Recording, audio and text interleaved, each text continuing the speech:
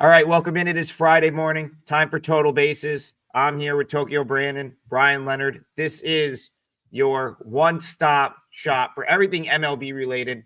Free pick show right here on WagerTalk TV. We've made it to the end of the week. We've already cashed 2 of our parlays, hit 2 of 3 yesterday. We're going to go for another one today. By the end of the show, we will have the show parlay locked in. It's a Friday, 15 games. No more time for me to ramble on. We're getting right into it with day baseball at Wrigley Field. Thank the heavens. It's a Chicago home weekend, so we get day baseball on a Friday, and we're going right to Bryan Leonard. Paul Skeens, Cade Horton. What a way to start Friday off. It sure is. And taking a look at the early lines, you've got Horton, basically a 110 favorite, 115, 120. Number 7. This is basically the Chicago bats against the Pittsburgh starter because that's what people are betting on. Skeens has had another terrific season. He doesn't get any run support. You look at what he has done so far this season. He's given up 1-2 runs and losing. That is always a concern. And with the number of 7, that could happen again today. Obviously, with the number 7, you've got at least 1 or possibly 2 good pitchers on the mound here, and the wind's not blowing out. So that's the first thing to look at. As for weather, there is a lot of rain today all around baseball, but it's a situation where the winds are not blowing at all. So keep that in mind. Every game should be able to get in, but we may see some delays like we did in the Yankees game yesterday. Okay. Looking at Paul Skeens, everything is wonderful. 1.88 ERA, 2.32 expected, 0.84 whip. He's great at everything. His worst thing he is his extension, 64%. Everything else is great. We all know about Paul Skeens. No need to talk about him. Cade Horton was one of the top pitchers in the Cubs minor league system. Finally got the call up. He's done okay. He's done pretty well. He's got a 4.11 ERA, 4.22 expected. 1.30 whip is a little bit high there.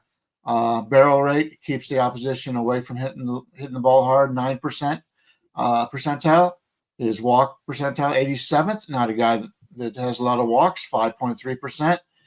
His strikeout minus walk ratio is at 13.6 on the season, a little bit less than what we'd expect, but hey, he's a young guy and he's just getting it going right now. This one seems to be, at least in my opinion, unfortunately, it seems to be lined pretty well. They can't make Pittsburgh as the favorite, even though they've got Skins on the mound. Because Chicago's got the better bats by far. But Chicago really is cooled off offensively, and I'm sure we'll talk about that a little bit when we go to TB. Yeah, this is a good one. Going to be good. It's going to be fun for baseball fans to watch this game. Paul Skeens is pretty masterful. I have him ranked the number 2 pitcher in all of Major League Baseball right now. And my numbers really like Horton, although he got tagged a little bit by Detroit in his last start, but before that he gave up 1-2, 1-2. I mean, he's holding it down pretty well, and neither one of these offenses are exactly tearing the cover off the ball right now. I have them both ranked 22 or worse in current form. I have the Pirates ranked better than the Cubs in almost everything. Both teams have a good bullpen. We got 2 solid starters and 2 lineups that aren't hitting very well. Usually that would make me say under. I think it's 7.5 right now. Correct me if I'm wrong. 7.5. Yeah. You seen 7.5? 7. Ooh. Yeah. 7 is tough, but you know what? A game that's 7 is going to go under more than it's going to go over, in my opinion. I think under would be a good play here, or if you can alt it and parlay it with something else. Or the Cubs team total. But I just checked, and both of these teams were 3.5. 3.5 under is tough to hold your breath during the game in Major League Baseball. It's okay in Japanese baseball, but Major League Baseball, that's tough. I would go under here. I might alt it up to 7.5 or 8 and take an under here. So the argument, or I guess the conundrum is a better word, since Paul Skeens has come up when he is on the mound, but his team isn't very good, right? That's like the betting conundrum when you're talking Paul Skeens and where he gets priced. It's like, well, Paul Skeens is a generational talent, but his team isn't very good. It's been that since he's been called up. I actually think the Pirates are pretty good right now. I've talked about this since the Padres series. This would be since the beginning of the month, right? So if you go back, I remember we did a show on a Friday coming into the series with the Padres. They had just taken 2 of 3 in Phoenix against the Diamondbacks. And I said I wouldn't be surprised if the Padres played well this weekend. Now, they dropped 2 of 3 in that series. They did play well. After that, they played a pretty competitive series with the Astros. Then they came out, swept the Phillies, took 2 of 3 from the Marlins. This team's playing a lot better right now, and it's now been going on for a couple of weeks. So then I go back, like, I agree with you, Brian. They can't make the Pirates the favorite because of where these two teams are positioned. But I actually think the Pirates should be the favorite here. I think listen, Cade Horton is great. He's an elite prospect. Paul Skeens, generational talent. Those two guys are not the same. Even as good as Horton is, not the same. Paul Skeens, generational talent. Cade Horton, elite prospect. That's how I'll sort of frame that. Cubs haven't hit as much of late. Cubs have used more bullpen right now. Like I'm probably more confident with what the Pirates are going to roll out at the back end of this game than the Cubs. We're going to just get it started today. Pirates, money line, my parlay leg. I like Skeens. I think he's a considerable edge in the early part of this game over Horton. I like the way the Pirates bullpen has sort of come together of late on this run. The Pirates have won 5 of their last 7 games. The bullpen is, and this is the type of game where, yes, the Cubs have the better lineup. You might not need to hit a ton to win this game. Like if you can get Skeens a couple and get it to those bullpen arms, I think the Pirates probably win. Yesterday's game was a 3-2 game, another competitive game. So on this run for the Pirates, where they've won 5 of 7, the 2 losses are 1-run losses. Every game they've been in, and the 2 losses have been competitive games. Generational talent on the mound this afternoon. Underdog, can't pass it up. Paul Skeens, what is it? What do we got? Plus 105? What are we at there? And let me take a look. And by the way, I believe I saw something that since they made the coaching change, Pittsburgh's a 500 ball club. So they've been very, very good. Yeah, they don't make as many mistakes. Skeens, you can get Skeens right now. I would say plus 100. You could get 104, but then there's other ones having it minus 105. So, plus 100 on Pittsburgh is probably the going rate right now. Even money sounds great. I may even add that as a client play. Haven't decided yet. I just that's one I'm going to need to think about a little bit more. But for the parlay, what a great day game. Let's get it started. Let's get it started. Sean, I got to pull it. Adam being a casual, Cubs don't strike out. Listen, you're dealing with this is where you have to. Paul Skeens is not a normal dude. I get that the Cubs I've probably been the one. Last week, I was the one saying the Cubs, all they do is have good at-bats. But you're talking generational talent against prospect with upside. Pirates are arguably the better bullpen right now. And definitely. They're going to make him an underdog because of going back to what Bryan said. The books, the liability would be insane if they made the Pirates a favorite, probably. So they have to keep him an underdog. So and we can take advantage of it. Maybe they don't strike out long term, but it's friggin' Paul Skeens. He's just not this. And hey, could he go out and have a bad start today? Yeah, probably. But there's just not going to be many scenarios where you get Skeens against someone like Cade Horton, who's not very proven, in a spot where it sets up for the Pirates to win, and you're getting him as so that's Pirates have the better starter, the better bullpen, and they're hitting better right now. I mean, they should be favored. I will say the chances of him having a bad start are pretty low. I talked about Ober, and Ober blew up again yesterday. You don't find that in Skeens. Skeens' worst start is probably 6 innings, 3 earned runs or something like that. So I want some of what Sean's smoking. I mean, long term, he's right. The Cubs have tremendous at-bats, but you're talking about you're talking about a team, or you're a one-of-one type starting pitcher. That's I think the point I'm trying to make. Well, we saw that yesterday with Skubal. The money was coming in the other way, and Skubal just came out. He struggled a little bit in the first couple of innings if you watch the game. Then he got on his run, and and he was unhittable the rest of the way. Yeah, which we nailed on this show. Talk Tigers. They won. Tokyo Brandon Parlay League, easy winner on the under. All right, let's move on. We got, I guess, would be the other feature.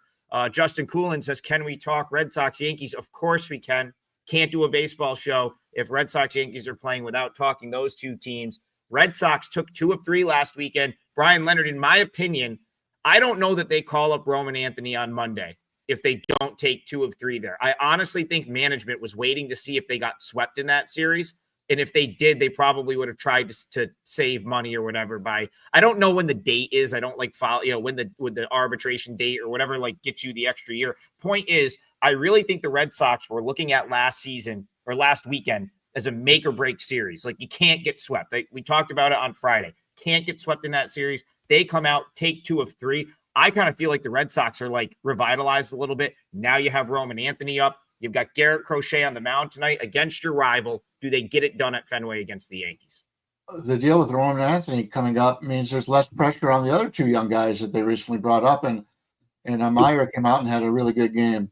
So yeah, and if you look at what Roman Anthony has done, he's gotten off to a slow start, which just about everybody does that comes up to Major League Baseball. But he's a guy who should be able to stick. Before we get to the game, I do want to say you had a great comment yesterday when you talked about the Yankees getting ready for the series. They may rest some players. I knew they were going to rest their catcher because he had pitched caught the last 2 days, and they wanted to have him fresh for Boston. But Judge not starting for the only time this year. That didn't work out well for my team total over for the Yankees. I just wanted to give you credit. I should have listened to you. Didn't think of that. But, yeah, good job on that. But we got 2 lefties here. Yarborough going against Crochet. Current line, looking at roughly 140, 142 for Boston, 8.5 on the total. And anytime, and I might have said this before, anytime these 2 have gotten together over the years, the last 20 years or so, I always take a look at the dog first, because this is such a contentious series, and neither team, regardless of the records, is able to take advantage of the opposition on the most part. They have certain years where one of them will dominate, but most of the time the dogs are live. Yarborough, 4.17 ERA, 3.19 expected ERA. So he's dealt with a little bit of bad luck, 1.15 whip. His average exit velocity is in the 97th percentile. That's what he does. He keeps you off balance. Barrel percentage, 94th percentile. Hard hit rate, 93rd. He's not a guy that's going to dazzle you with his pitching talent. Fastball velocity in the 1st percentile. Chase rate, 15th percentile.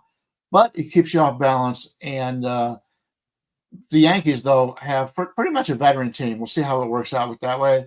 Obviously, Garrett Crochet, we know what we're going to get. 2.35 ERA, 2.97 expected, 1.07 on the whip. He's great at everything. His weaknesses are his walk rate, which is 7.7%, which is still less than league average. And his barrel rate is in the 61st percentile. So he's given up some hard hit balls. But these are 2 guys that keep the opposition off balance. The problem is they're both lefties. And if you take a look at the WRC Plus leaderboard, we've got the Yankees against lefties number 1 at 133, Boston number 3 at 120. So both these guys have hit lefties on the season, but these are different kind of lefties, as you pointed out with Skeens in that last game. It'll be interesting to take a look at. I kind of lean with the over here. You rarely get an 8.5 in a good hitting ballpark with these 2 offenses, but the pitchers are very good. We'll see what happens, but slightly to the over for me. Yeah, looking when I run my numbers for this one, the Red Sox are better than the Yankees at everything, but just a little bit. So it's one of those games where I would definitely like to bet the Red Sox here, but the discrepancy isn't big enough. They're too even.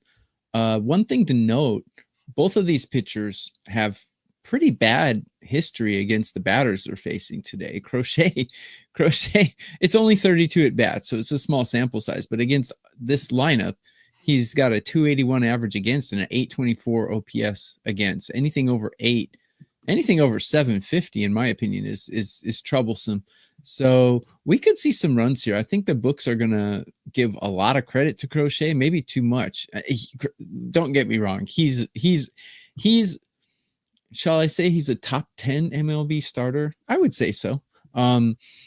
So I mean, he's got good stuff and he's a good pitcher. But the Yankees can get to him. So I'm going to stay off this one, but wise to note that the Red Sox do everything better than the Yankees right now, although the record doesn't show it compared to the Yankees record. I'll stay off. I think there's some merit to that, right? Like the Red Sox have started to hit recently. You know, they didn't hit for, I mean, I'm just going off the top of my head. Go back to that Brewers series, the Braves series, like getting good efforts from their starting pitching, great bullpen, and they just could not get a timely hit to save their lives. That's starting to come around a little bit. They're starting to like get the big hit. Go back to last weekend against the Yankees. They had a whole bunch of big hits in that series to take 2 of 3. I'm with you, Tokyo. Brandon Crochet is elite in my opinion. He's definitely. I haven't like done like a top 5, top 10, top 15 list. He is one of the elites in the game, in my opinion, for starting pitching. I'd love to play on him here too. I'd love to play on him here too, but I don't. Yeah, and I just don't think I'm getting the right price at -140. Hey, you bring that down 20 cents, and it's possible. Yankees, you know, that they could theoretically take money here as an underdog. You know they're going to put, like, so going back to yesterday, obviously some guys get a day off. You know they're going to have the A team out in full force for this one tonight. So who knows? Maybe if the Yankees take some money and this is suddenly Boston -120, I don't know if that'll happen, but I'm just saying, like, if that did happen, I'd have to look Red Sox for sure. Ryan Yarbrough, a guy that at least the Red Sox have seen quite a bit, spent most of his career with the Rays prior to being in Rays and I think Royals prior to being in New York. So I definitely lean Red Sox. I just don't think -140 is the price point I'm willing to jump in here. But I certainly think Crochet and the Red Sox are the more likely winner of this game. Agree. All right. The people want to talk the other New York team. I got to say, too, and I'll set this up for Bryan to talk Rays Mets, but man, I did cash with the Royals last night, had +1.5, but like was fortunate to do so. The Yankees, man, they are starting to really look like a championship team, and like the way they play, I didn't think this at all the first couple of months of the season. They're really starting to look like a team that could contend in an American League that maybe isn't quite as good as some expected. The team that I think is going to contend in the National League is the New York Mets. I'll continue to say this. I think that's going to be the team out of the NL this year. They continue to impress me. They've gotten to where they've gotten through with Juan Soto essentially, like, you know, giving you like 50-60% of his full potential the first couple months of the season. The Mets come out and win again yesterday. Now they have the Rays this weekend, so we're finally now going to Bryan Leonard. Since I'm literally out of air, I need to take a break from talking here. Rays Mets. The chat wants to hear it. Taj Bradley, Clay Holmes. What do you see in this one? I think both these teams are live for the playoffs. This Rays team is getting better. The problem is, as I mentioned a while ago, 2/3 of their games have been played at home this year. But I like both of them. Taj Bradley, as you mentioned, 4.58 ERA, 3.33 expected ERA. So he's had some bad luck. 1.25 whip. Take a look at his weaknesses. Probably the whiff rate, 38%. Walk rate, 36. Extension, 36. But he's got a very good fastball velocity, 82nd, and barrel rate, 85. He's a good pitcher. I did have major worries about him coming into the season pitching in Tampa because we heard so much about it was a minor league baseball park and the ball flies out to right field. I had some concerns, but he's pitched better than what I thought he's been so far. Clay Holmes, 2.95 ERA, 3.89 expected, 1.19 whip. You would think with a 2.95 ERA and 1.19 whip, you see a lot more red on his StatCast page, but it's not. His best attribute is he's an extreme ground ball pitcher. This is not a good hitter's park anyway. So that gets wasted in many cases. but he's in the 90th percentile ground ball rate. He's got poor extension, 7th percent, and hard hit rate, 25th percentile. Excuse me. Holmes is a guy that has either been great or passive, just passing grade so far for the Mets. And I love this Mets coaching staff. The pitching has been terrific on this team. They're getting the best out of all their pitchers, and even the ones that have faded a little bit, really pitched over their heads earlier this season. Love this Mets pitching staff in this one, but with the current line of where it is right now, 160, basically 160 for the Mets, an 8. Lean the Mets at 160, but I wouldn't probably lay more than 150 here. So I'm sitting on the bench on this one, I believe, in the early look. So I have the Mets better than the Rays at everything, but just barely better. Rays are playing some pretty good ball, actually. And Taj Bradley, Clay Holmes, I have both of these guys ranked pretty mediocre. Nothing, not shining bright, but not doing terribly. So yeah, pitchers, I look at the pitchers kind of a wash here. Bullpens, I have the Rays ranked a little bit higher than the Mets, but it's really negligible. It's not by much at all. The real difference I see here is the Mets are hitting better than the Rays, and the Mets have more talent than the Rays, and obviously they have a bigger payroll. And like we were saying, like Adam was saying, I forgot if it was before the show or during the show, but the Mets got this far with Soto basically struggling to be himself. He's playing, for a normal player, he's playing great, but for himself, he can do much better than this. I think the Mets have a slight advantage here, despite not having their best pitcher on the mound. It's not enough for me to take them though. What are the Mets right now? What is this line? Sorry, bad radio. What are the Mets? Minus 160? No. I would not do that. Not do that. Both bullpens pretty good, so it's hard to take a team total over as well. So nothing. I don't see any edge here. Yeah, the number's probably right. That's what I would kind of make it. Mets 150, Mets minus 160. If forced, I would play the Mets. Reason why, I think so. Clay Holmes, I actually think is quite superior to Taj Bradley at this point. I think the thing with Holmes, you have to, there was a little bit of a, he kind of had to build up to being a starter early on. I mean, if you look at what he's done, the last month or so, there's really not a bad start in there. Every time, against the Rockies, 1 run. He scattered some hits around, but still 1 run over 6 innings. Start before, 3 runs over 7. Start before, 1 run over 5 2/3. Pretty much like a quality start machine he's been. I like the Rays in the respect that they're scrappy, but I don't think that they're on the same planet as the Mets. And I just think that that's probably going to be my handicap for the Mets a lot. It's like, even yesterday, I saw some reasons maybe that the Nationals would be the play yesterday. And I said, not going against this Mets team. I think that, and that's just my personal rating where I have them. The fact that I think they're, that once like they get the full Soto effect, they're just going to be that much better. I'll point to a comment. Sean says, yeah, Senga's going to be out a couple months. This team's sitting on some serious pitching at AAA. They've got arms, and it's going to be, it's going to be nice for them. Obviously, they'd love to have Senga out there. It's going to be nice for them to see what they have in Brandon Sproat, Tidwell. McLean has been really good at AAA. So I think you're going to see maybe someone emerge out of that mix that, could help them over the course of the season. Full steam ahead for the Mets. I really believe that this is the best team in the National League. And until they give me a reason not to, I'll continue to come on here and say that. So lean to the Mets, but I agree with you, TB. No real edge at this price point. Just going to be something I'll probably watch tonight.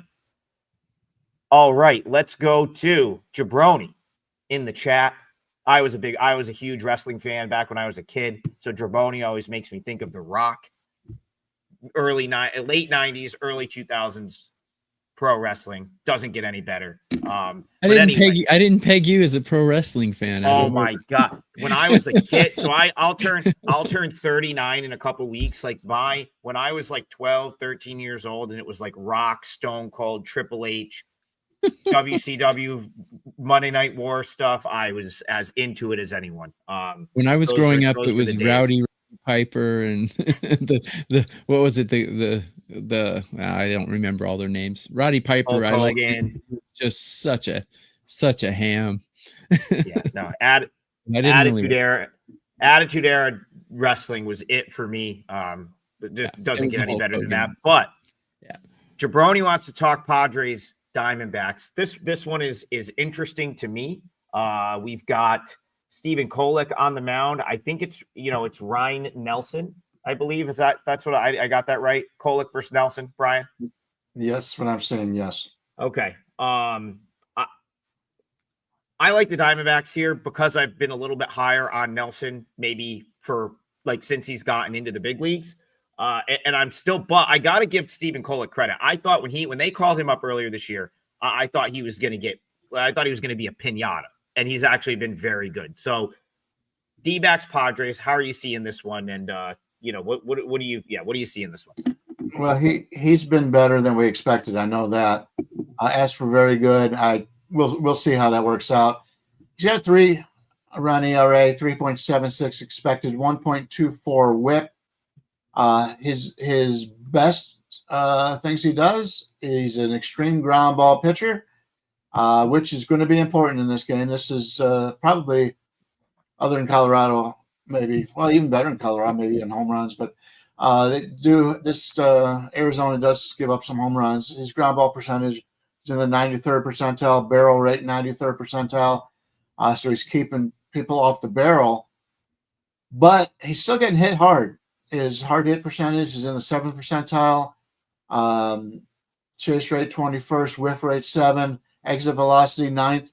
So he's still getting hit hard, but he's not giving up the home runs.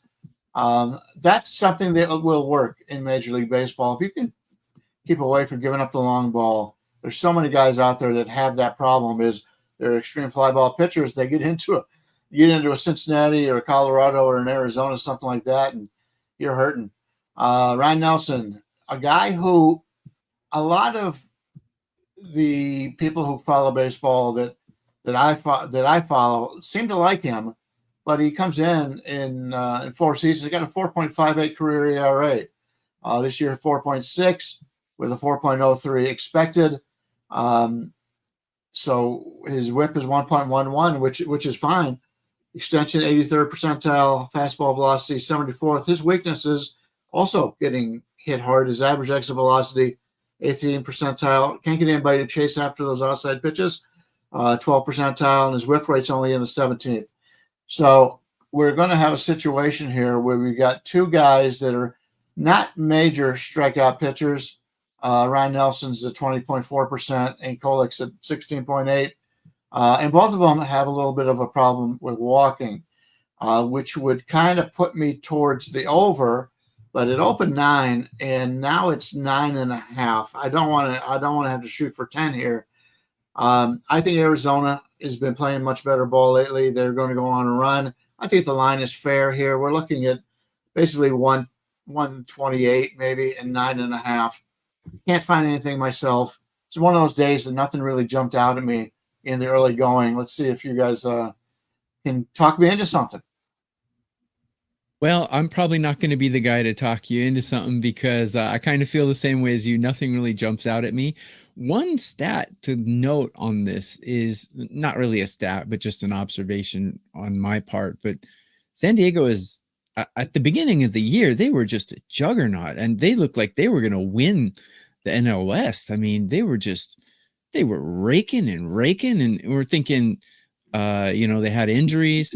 We thought when Merrill comes back, they're just going to be the total package. And right when he came back, they just slid. And I don't know. It's some things in baseball you can't explain. But San Diego is not the juggernaut they were at the beginning of the season. As a matter of fact, I have them ranked 22nd in hitting, and I have their bullpen ranked 17. And at the beginning of the season, they were like 1 and 2 in these categories for like several weeks to start the season. So, I mean, baseball is a marathon. We all know this. And the teams are not exactly what they are in this capsule of last 7 days. But generally, they don't come out of who they are. Let's see. How do I say this?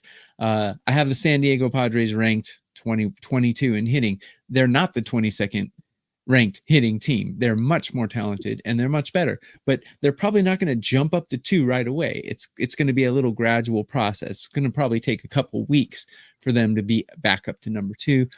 So we can take advantage of the books and the numbers as the books are, pricing them like they are the NL West number 2 team, which they are, but they're not playing like it. So we can take advantage of these things. Sorry to be long-winded on a game that I'm actually don't have any action on. Arizona's bullpen, I just can't play them because of their bullpen. If you want to play them first 5, fine, but man, they're bad. And they're just so bad. I mean, they might turn it around, but until they do, hard to play them. If I did anything in this game, I'd take an over, probably just because of the talent in the lineups and the unstable pitchers and underperforming bullpens. I won't touch it though. Diamondbacks bullpen, a little bit less of an issue here. Had a day off yesterday. So, that's always, but I agree with you. The bullpen's a concern, but coming off of an off day, it's less of a concern. Ryan Nelson just needs to figure out how to throw his secondary stuff. The fastball is very good.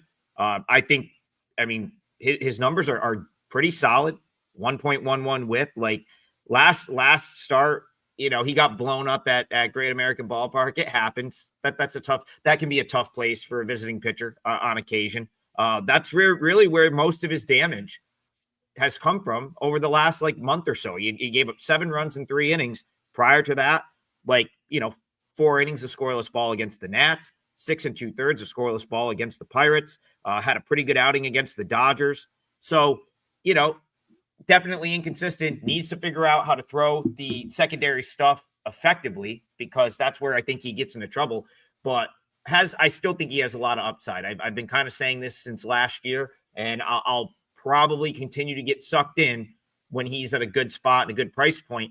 This is kind of similar to the Red Sox. You bring this down 15, 20 cents, I'm probably in on D-backs, but at in the minus 130, minus 135 range, it was a little too expensive. As far as Kolek, I think Kolek's his Savant page surprisingly better than I expected it to be.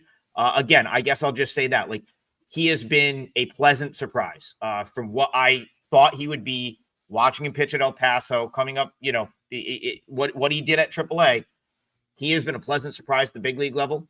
My gut tells me the other shoe drops at some point, and maybe he has a run of getting hit hard at some point, but his numbers are better than I thought they were, even the underlying stuff. So Diamondbacks was one of the plays I was kind of considering. I will wait and see if maybe some Padres money comes in and I can get a better price to take them. But yeah, I lean D-backs here. And I still really like Ryan Nelson. So, all right, let's continue on. David Witt, yeah, he's also 39. It was a time. Coming home, you had to have the VHS player going to tape WCW so you could watch WWE live because they were on at the same time. What an era for pro wrestling. All right, let's see. We got to see Jesse the Body and Randy Savage, man. Oh yeah. That was some good stuff. I wasn't a wrestling fan, but man, Randy Savage was funny as heck, man. All right, Stacy's here today. Let's get to this comment. Marlins Nationals, specifically the total. Definitely an interesting game. I believe we've got Edward Cabrera and I think we have Parker for the Nats. Let me find that one. I lost my spot. Yes, it's Parker. There we go. Yeah, Mitchell Parker, Edward Cabrera. She's asking about the over. I guess I could see runs here. Cabrera, when he's on, can be really good, but he's been inconsistent. And the Nationals, we've talked about it on the show, have hit right-handed pitching. So we'll go to Bryan Leonard. Thoughts on the side or total, Nats Marlins? We're looking at Washington, basically about a 113-14 favorite, 8.5. 8.5 does look a little low. It opened 9. So money has come in on the under. it's tough to take a look at this one for myself and figure out what we're going to do. Edward Cabrera has been a guy that's very, very inconsistent over his career, has a lot of talent, but hasn't really put it together for long periods. 3.99 ERA, 4.31 expected, 1.47 whip. And that's the real drawback on him. He's one of those guys that TB would love to play on the over and walks. He's averaging 9.6% or 9.6% walks. And believe it or not, that's the best of his career. League average is 8.4. He's gone the last few years, 9.6, 11.8, 15.2, 11.3, 15.8. He seems, his fastball velocity is still very good. He's in the 84th percentile. It gets people to chase 75th percentile. But overall, he's struggled in a lot of these hard hits. We talked about the walks, the average exit velocity. He's a guy that can give up some hits here, and that wouldn't surprise us. Mitchell Parker, he's been pretty good. Not one of the highest rated guys that we would find, but 4.44 ERA, 4.55 expected. That's pretty much what we have gone to see out of him in his 2 seasons. 1.25 ERA. He's got good extension, 83rd percentile, 70th percentile in barrel rate, chase rate 68, but his strikeout percentage 8th percentile, hard hit 7th, whiff 16th. His strikeout to walk ratio is 6.4. These are guys that are going to put batters on base. And with that, even though money's come in the other way, I kind of agree. I kind of think the over is the way to go here. We're looking at 8.5 minus, 120, something in that range. So far, the games that we've discussed, that would be probably my best play so far, but we've still got a lot of games to go. Okay, I might surprise some people here, but my numbers are absolutely in love with the Miami Marlins today. And I haven't played it, and I don't know if I'm going to, but man, Miami Marlins are dominating all of the categories that I find valuable when I rank teams. Cabrera, I have him ranked a lot higher than Mitchell Parker. He walks less guys. And actually, if you look at his history, you're right, Brian. Generally, he's a walker. But his history, he's only walked 6 batters and 70 at bats against these batters. So I don't know if we're going to get the walkathon from him today. And Mitchell Parker has amazing stats against Miami as well. So I don't know the year he accumulated those stats, but I can tell you that Miami's bullpen is performing a lot better than Washington's at the moment. I have Miami ranked 12 and I have Washington ranked 24. And like I said, my numbers are fluctuating. So it doesn't mean that they're the 12th best bullpen in MLB. It means they're performing that way right now. Certainly could regress, but we've talked about this on shows before. Miami's one of the better coached teams in MLB, and players just tend to excel there where they wouldn't excel somewhere else. I mean, must be the coaching, but Washington is not that team. Lineups, I have Miami slightly higher than Washington, but man, my numbers love Miami. My numbers are screaming at me to play Miami. I don't know if I'm going to, but they are the better team. Problem is they're 11-21 away, and Cabrera is actually a guy my numbers like, but he doesn't pass my eye test. So I probably won't play Miami, but my numbers are screaming at me to do it, and I'll probably kick myself in the morning for not doing it. Yeah, it really is tremendous what Miami has done, like developing talent the last 2 years, like since Peter Bendix got there and sort of overhauled the player development. I was at, I got to sit right up close and watch the Marlins AAA team yesterday. They came up to Rochester, so I was at the Jumbo Shrimp game, and I mean, even like the 5 relievers they brought in after Connor Gillespie, I'm watching them like these all look like big league, guys that could come into a big league game and shut an inning down.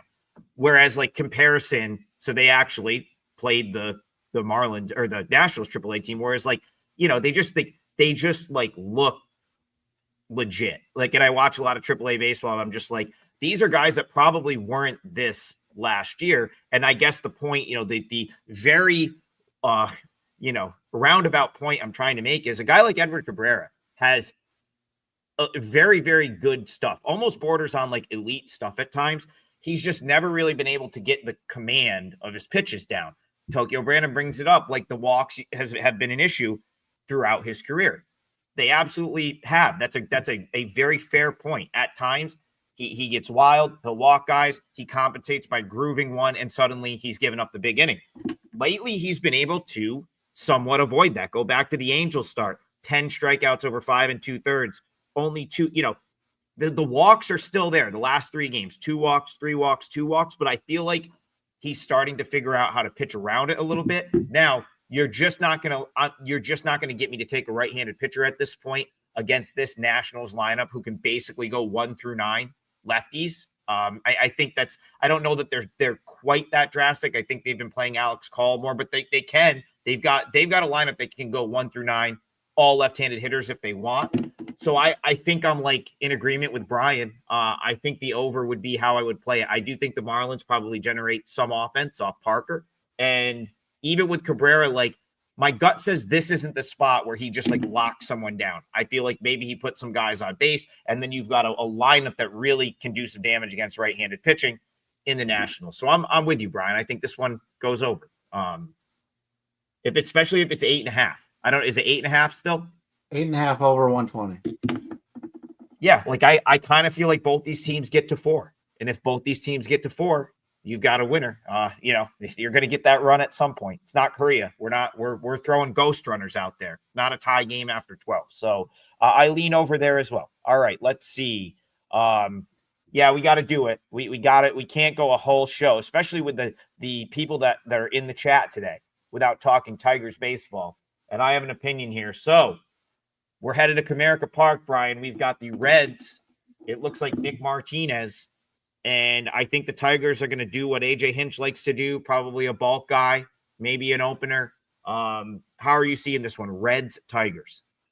Well, right now they haven't announced what they're doing. And until that, I won't be involved. But the current line is Detroit undecided.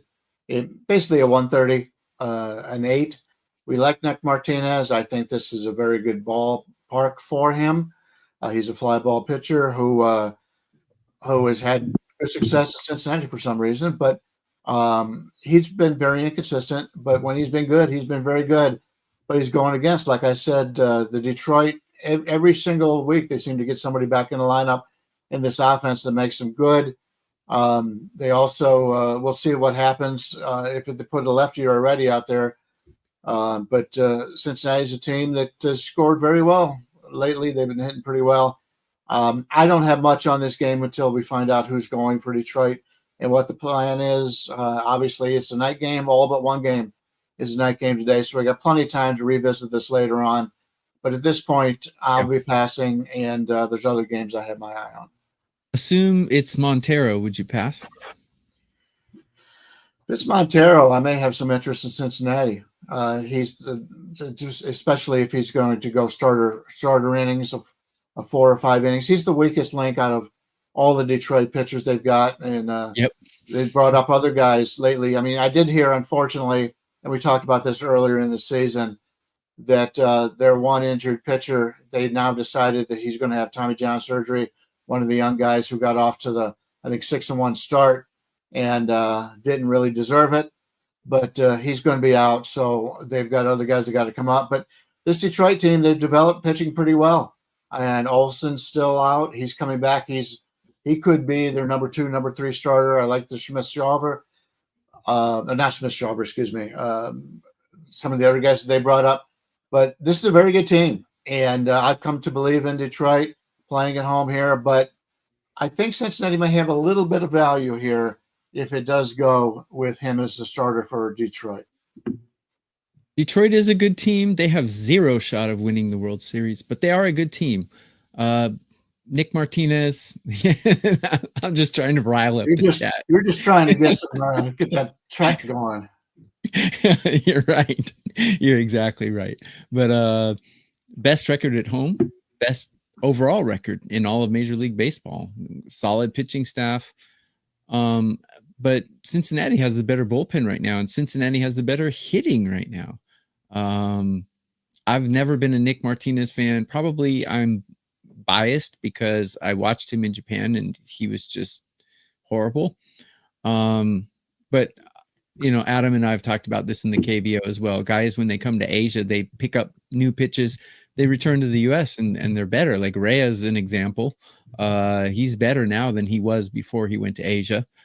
He's still not that great, but anyways, I'm not a Nick Martinez fan. For some odd reason, my numbers have Montero ranked higher than Nick Martinez, but he's walking an awful lot of guys. His walk rate is bad.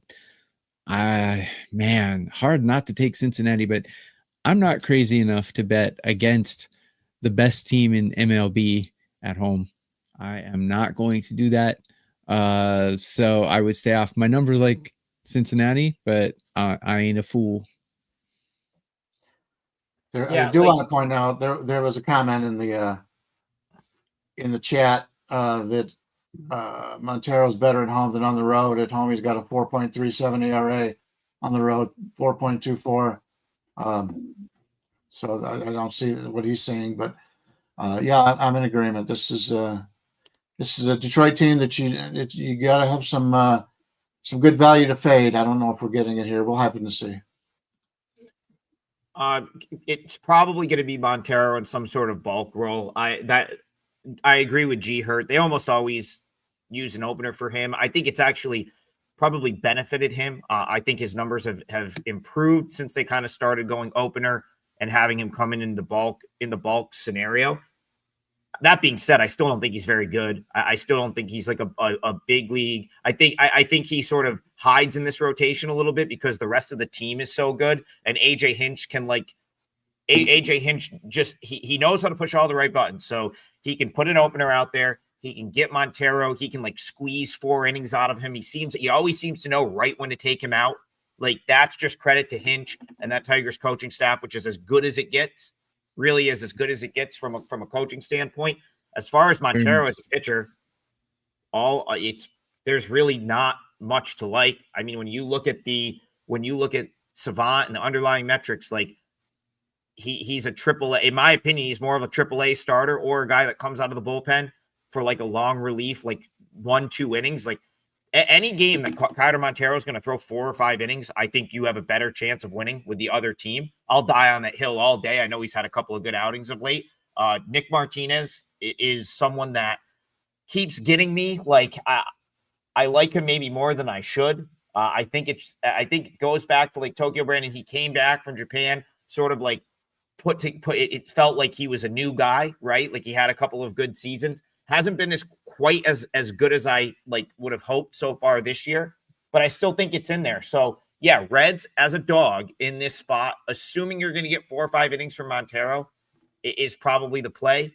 But credit where credit's due. The Tigers they've won this game quite a bit this year, where it's going to be kind of a bullpen day. They have a bulk guy, and they do seem to push the right buttons in this scenario, but I think there's some nice underdog value here with the Reds. All right, let's see. But yeah, I'll listen. I will argue anyone Kyler Montero. He's someone that came up through their organization, was an undrafted free agent, has just kind of worked his way up. Something started to click with him maybe 2 years ago into last year.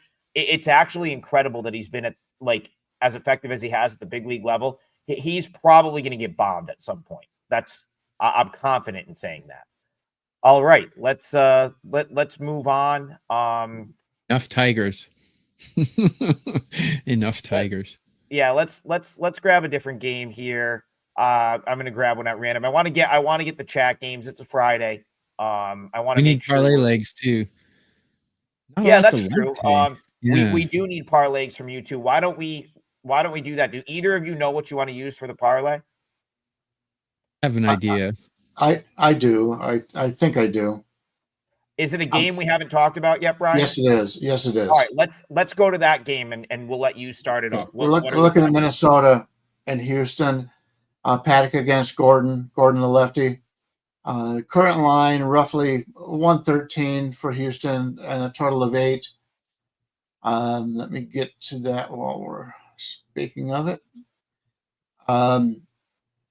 These are two teams that obviously have had a lot of success in the regular season. Minnesota hasn't had nearly the success in the playoffs as Houston has. But I like these two guys, and it's not often I've said that about Chris Paddock. He's made some changes this year, and he's been a surprise. Ignore that 2-5 record. He's got a 3.53 ERA, expected ERA of 4, 1.12 WHIP. This was a guy that I didn't expect to make the rotation coming out of spring training, and they have so many good young guys. I thought for sure once they brought him up, he would struggle, but he hasn't really. He's been pitching pretty well for them. He's got great extension, 93rd percentile, 83rd percentile in chase rate.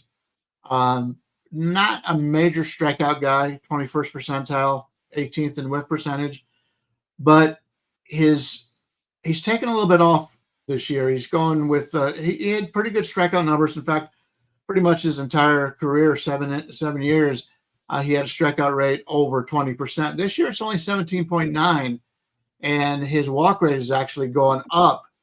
But I think he's been more effective.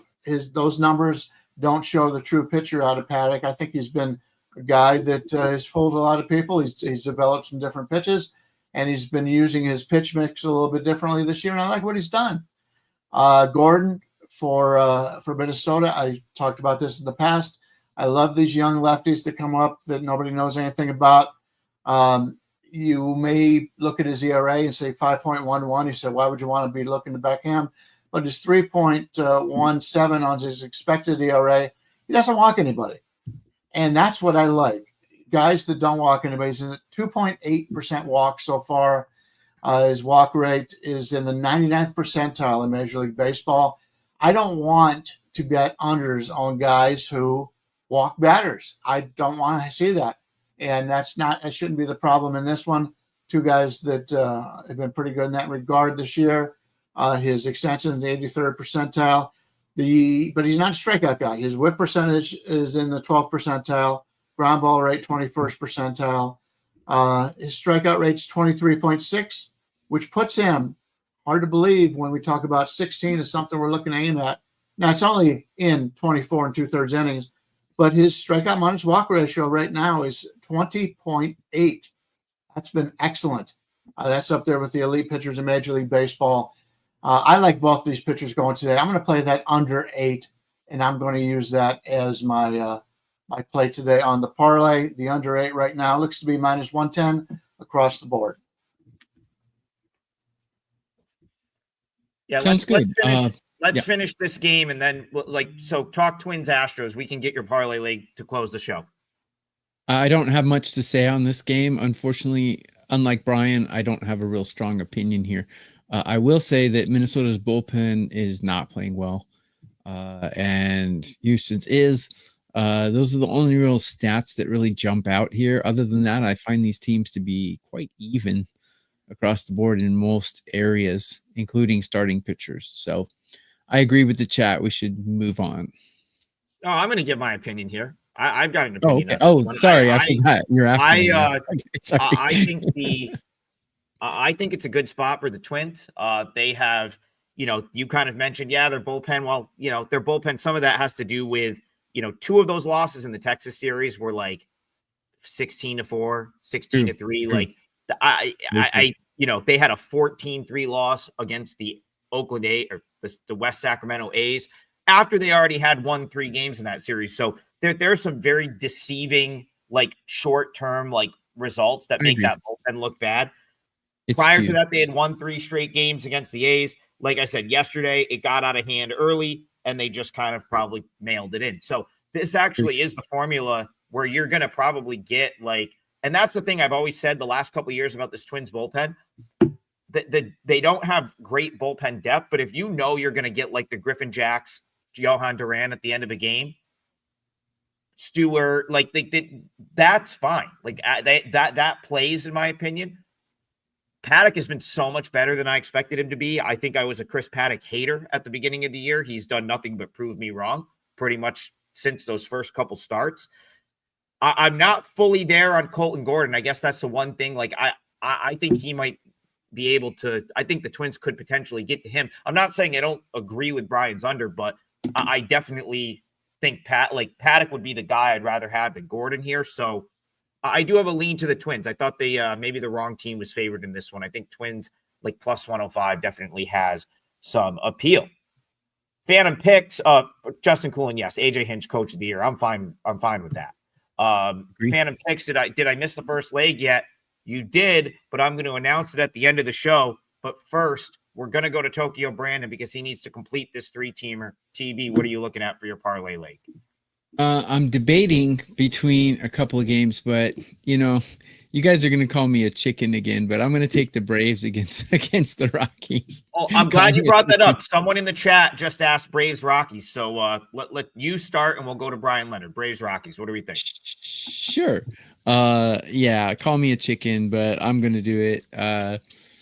Look, the Braves have one of the better bullpens in MLB. Elder, not a guy that I have a lot of confidence in. And to be honest, German Marquez, one of Colorado's better starters, but I have him ranked 29 out of 30 on a curve of 30. I have Colorado's bullpen ranked 23 out of 30. The one thing Colorado does better than Atlanta is they hit pretty well, but that was at home. And they're not at home anymore. They're one of the worst road teams in Major League Baseball history. I think they're 6-27 or something like that. Very, very bad. And Atlanta is a well put together team. They're not going to just, roll over and die here. I like Atlanta here. It's minus 290 from between 290 to 300. Sorry, you can call me a chicken if you like, but if we win our parlay, you can call me richer than I was yesterday. What do we have for a price there, Brian? Yeah, I'm looking at about 315. I've seen anywhere from 304 to 327. So 315 is probably about it. The total on that was 9. I'm not going to disagree, but I will about the pick, but I will disagree about the Atlanta bullpen. I still think they're struggling. And do you really want to lay $3 with Bryce Elder on the mound? That is my concern. I see all the reasons to bet against Colorado, no doubt about it, after the weekend that they had there and the way they played on the road this year. But maybe you're better off playing the Atlanta team total over if you do like that side. That's a tough lay with Elder on the mound. That's the reason why he's been a fringe 4A player in his career. So yeah, at home he's got I would play the over. At home, he's got a 3.62 ERA, and he's only walked 12 guys. So, and that's 27 innings. Yeah, I mean, if it wasn't Colorado, I would obviously wouldn't do it with Elder, but it is Colorado. So, and Elder's fairly decent at home. TV, I'll defend your pick here in the respect that it's like, forget who's pitching for a second. The Rockies just played a ridiculous series with the Giants. We talked about it off air before we came onto the show. Every game was back and forth. Every game was good. They come back and win yesterday. You mean to tell me that they're going to go win a game in Atlanta tonight? A day after that series, a team that's like been horrific on the road. I agree with Brian. Like $3 for Elder is insane, but you wouldn't catch me touching the Rockies with in any capacity here. So. Like, I can't really argue that. I'd be very, very surprised, especially with how badly Atlanta needs these games. Like, they cannot drop a game to the Rock in the position they're in. They cannot drop a game to the Rockies this weekend. They have to win these. So that was have to win, as we know, never works. That's a problem. I know. I'm just saying, like, they need to win these games. I'm not saying they will, but it's a huge weekend for them. In my opinion, they're underperforming, but top to bottom, man, talent wise, they're leagues better than Colorado, and they should win. Elder, again, not a guy I have a lot of. I've never liked him very much, but yeah. Chad is complaining we need another pick. I think the Dodgers Giants game will in the first 5 under would be a good bet too. No, but, TB, hold your ground. You're putting minus 310 in the parlay. Braves minus 310. Yeah. We're building a 3-teamer. We're totally fine with it. Don't let the chat push back on you. You like Braves money line in the parlay. Braves money line goes in the parlay. That's it. They usually push back on the big underdogs. Here they are, a $3 favorite. But I understand. I'm a man of the people. Hey, I mean, listen, we like. I'd be a terrible politician. You want this? Okay. You want this? Okay. Well, you do dress like what the most politicians should dress like. Exactly.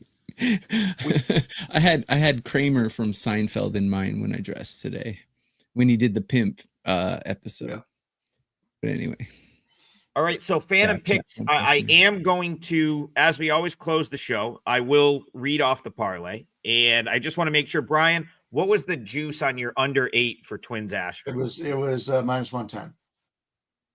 All right. So I'm also, again, management's going to get upset with me here, but I'm not going to insult your guys' intelligence by selling an afternoon play because you're going to know what it is. So I have a 7-game win streak in Major League Baseball. I should be putting this play up for sale, but it's the only game this afternoon. I am on the Pirates. That's a 4%er. I'll tell you what, I'm probably going to make something a 5% for tonight when we get off this show. So maybe take a look at that. And also, as always, take a look at what the other boys have for sale. But more importantly, like and subscribe. We need the likes. We need the subscribes. If you want to buy the picks, great. What we need you guys to do, like, subscribe, comment, keep hammering it into management's head that this is the best show on their platform. That's what we want from you guys. From us, we're going to give you the parlay of the day every day. We've already hit 2 of them this week. We're going to try to hit a 3rd. And listen, TB didn't destroy the odds of this parlay. It's still plus 405. That's a great return on a 3-teamer. Sorry. We're going to get this started happy hour style. Pirates, even money. Paul Skeens on the mound out in Wrigley Field today. That's my play. It's also a 4% play for my clients. Brian Leonard is going Twins Astros under 8. And then we've got Tokyo Brandon bringing it home. Braves money line. Hey, that's how he closed one out earlier this week. He had Giants money line. It got there. 3-3-teamers in a week would be really good, boys. That would be a great way to end the week. That's plus 405. That is the parlay of the day.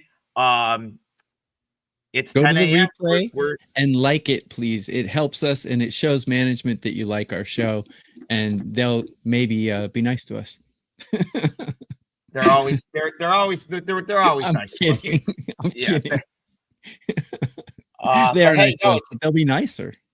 Hey, listen, there's a lot, the reality is there's a lot of people on the platform, and there's other people that would love this time slot. We just don't want to lose it.